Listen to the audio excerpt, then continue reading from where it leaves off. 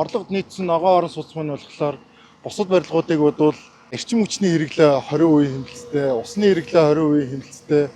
Мөн ашиглаж байгаа материал маань болохоор олон улсын ээлж сертификатын дагуу олон улсын ээлж сертификатын дагуу байгаль орчны ээлтэй материалаар усаа болохоор чинь хоёр усны системтэй шүү дээ тий. Саарл усаа доошоо ялгаж аваад байрныхан доор шүүгээд буцаад бочгийн руу болохоор саарл усаа игээд байгаа. Хүн 0 руу өгж байгаа тий.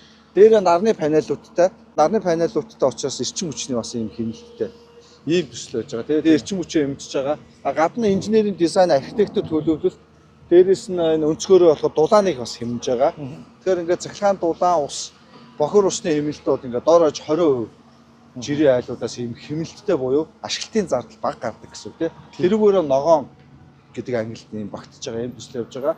Удахгүй бас энэ шар дэдүүд маань энэ төсөл маань үргэлжлээд бас цаашаа 2 дугаар бүрэлдэхүүн хэсэг бол 4200 айлыг чинь 2 дугаар хэсгээр ишгэ захирал хийхээр байж байгаа тийм ээ.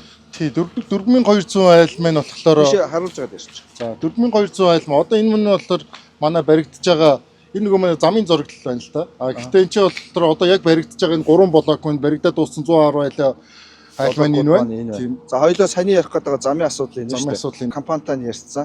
Энд ч байгаа 6 айлыг бол үнэлгээг нь яаж хийх бол ойлгочлоо. Ингээд чөлөөлтийг явуулчих чинь. Хойшоо бол ингээд чөлөөтэй 3 айлын дараагийн 6 блок юм байна тий. Одоо 2026 онд нэн ээлжинд хөдлөлөөр бид нар энэ хэсэг ингээд чөлөөлөгдсөн байгаа. Энэ хэсгээр болохоор 2 блок шууд 4200 болохоор энэчнээ хитэн явах юм. Нэмээд ингээд 4200 болохоор ер нь ингээд юугаараа бүтэн чөлөөлт хийгдээд явах юм. Гэхдээ 2 дугаар бүрэлдэхүүн хэсгийн хүрээнд минь болохоор нөгөө энэ 1 дугаар бүрэлдэхүүн хэсгийн барьсан барилгуудаа зарж борлуулад газрын сандаа төвлөрүүлээд тэр газрын сангаас энэ 2 дугаар бүрэлдэхүүн хэсгээр буюу газраа чөлөөлсөн энэ хэсэг дээр болохоор арилжааны банк, хувийн хвшил манай нөгөө ногоон орон сууцны сан маань орж ирээд хийх анхны талбар нь нэмчээ төлөвлөж байгаа. 2026 онд төр хувийн хвшлийн түншлэлээр хийгдэж байгаагаар онцлогтой. Анхны удаа банк 30% гаргана, хөгжүүлэгч компани буюу барилгын компани бас 30% гаргана.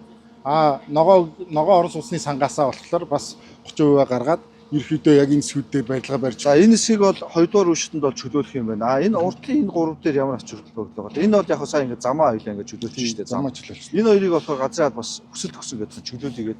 Тийм ерөөхдөө бол манайхаас бол ингэ төлөвлөлт нь бол ингэ бүтнээрээ хийгдсэн байгаа. Тэгээд жишг болгоод бүрэлдэхүүн нэг гэдэг маань гол нь жишг болгоод тэгэхээр ногоон орон сууцаа бид нар төслийн хооронд бариад үзүүлчихье. Тэгээд ийшээгээ яг 2 дугаар бүрэлдэхүүн хэсгийн өрөөнд болохоор хувийн хвшилтэйгээ хамтраад энэ хэсгийг газраа чөлөөлөөд бас яг хувийн хвшлүүдээрээ өөрсдөр нь бас 30% санхүүжилтийг гаргаад банкнаас 30% санхүүжилтийг нь гаргаад хоёр дахь хэсэг буюу ногоон орон сууцны сантайгаа бас сангаас 30%-ийг нь гаргаад санхүүжилтийг гаргаад ингээд явах юм. Ерөнхийдөө бол төр зандаа 100% дагаад байхгүй гэсэн.